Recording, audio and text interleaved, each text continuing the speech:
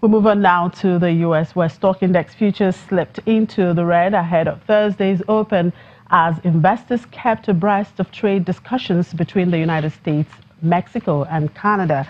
Around 5:05 a.m. Eastern Time, Dow futures fell 85 points, indicating a downbeat open of 75.57 points, with the S&P 500 and Nasdaq futures pointing to a negative start to the day for their respective sessions. In data, jobless claims, personal income and outlays, and core personal consumption expenditure figures are all due to be released at 8:30 a.m. Eastern Time, and no speeches by the U.S. Federal Reserve are due out today. And in Asia, markets were broadly down after trading in broadly positive territory earlier in the day as Australia's third and fourth largest telecom operators announced plans for a merger. The ASX 200 ended the trading day in flat territory and closed at 6,351.80 points. And South Korea's Kospi also ended the trading day largely flat. The Nikkei 225 closed mainly flat. The Greater China markets were down on midday trade as Hong Kong's Hang Seng traded down 0.77%. The Shanghai Composite lost its earlier gains and was down by 1.14%, while the Shenzhen Composite ended 1,467.18 points. And back here on the commodities market, as the year gradually enters the fourth quarter, domestic commodity prices have been mixed. But let's get a sense of how this price movement has fared so far. I'm being joined by one of the research analysts at financial derivatives company, Mokhtar Jimo. Good afternoon, Mokhtar. Thank you very much for joining us on the show. Good afternoon, Chimezi. Thank you for having me. So tell me, as we approach to the end of the third quarter, how have domestic commodity prices like rice, wheat, tomatoes, and so on performed so far? Yes, so far in the third quarter, we've seen two distinct trends in the movement in price of domestic commodity. At the beginning of the quarter, we saw that prices were a bit sticky downwards, and that was because the beginning of the third quarter coincided with the planting season. So as we move deeper into the third quarter, now we are at the harvest season. We've seen prices of commodities decline. Prices of commodities such as tomato have declined from 20,000 naira to about 10,000 naira per basket, and prices of commodities such as rice and another major commodity has declined from 16,000 to 14,000 per kg.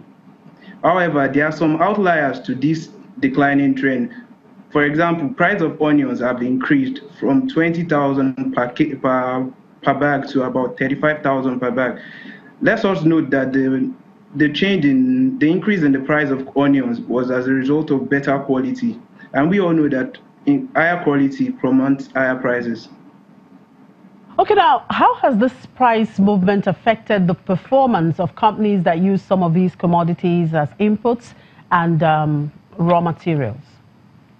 Yes, ordinary intuition, it tells us that when prices of raw materials decline, we expect margins to increase.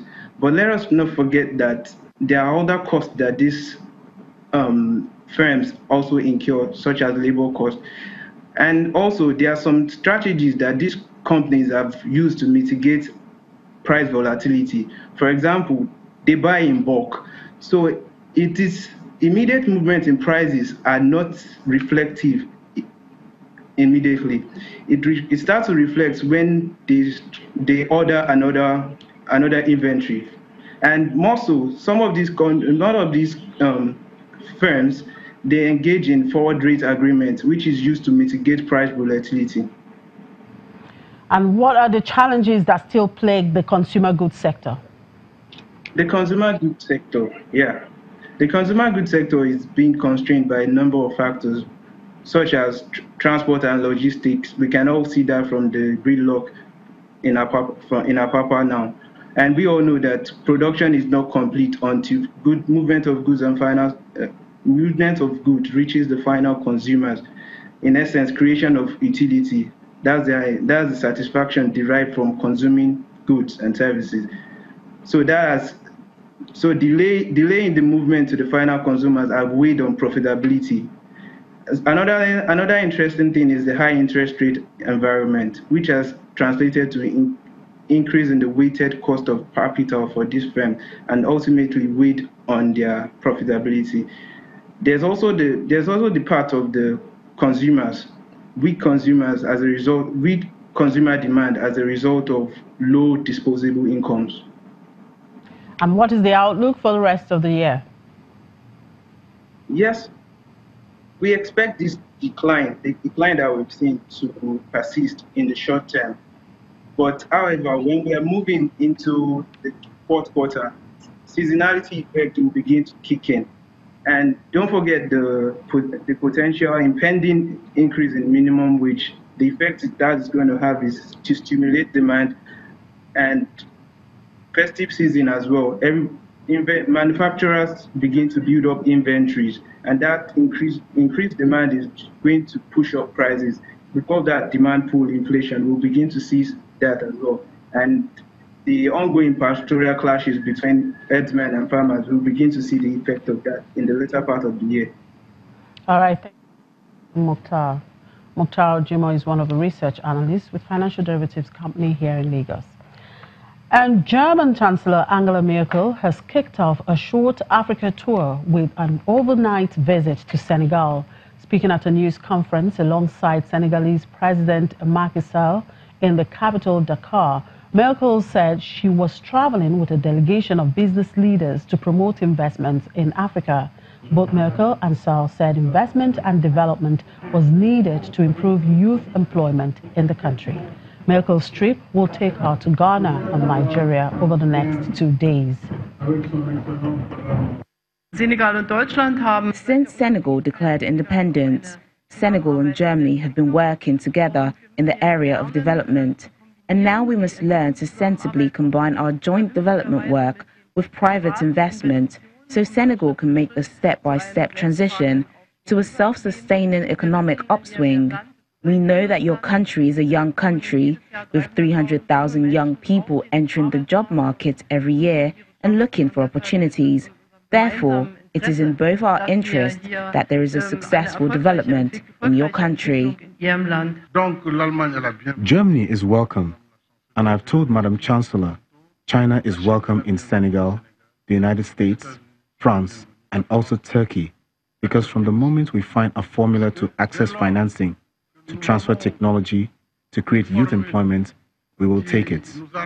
We can't reject offers that help our youth provide employment precisely so as to avoid this immigration. If we have a perspective for youth employment, we will never say no. And I think your country has good and strong arguments, which are the reputation of quality German products, the reputation of rigor, and all this is very important in terms of construction, motorization, hygiene, and Africa's need to industrialize. After the break, we'll look at how trading is coming up at the equities market. To stay with us.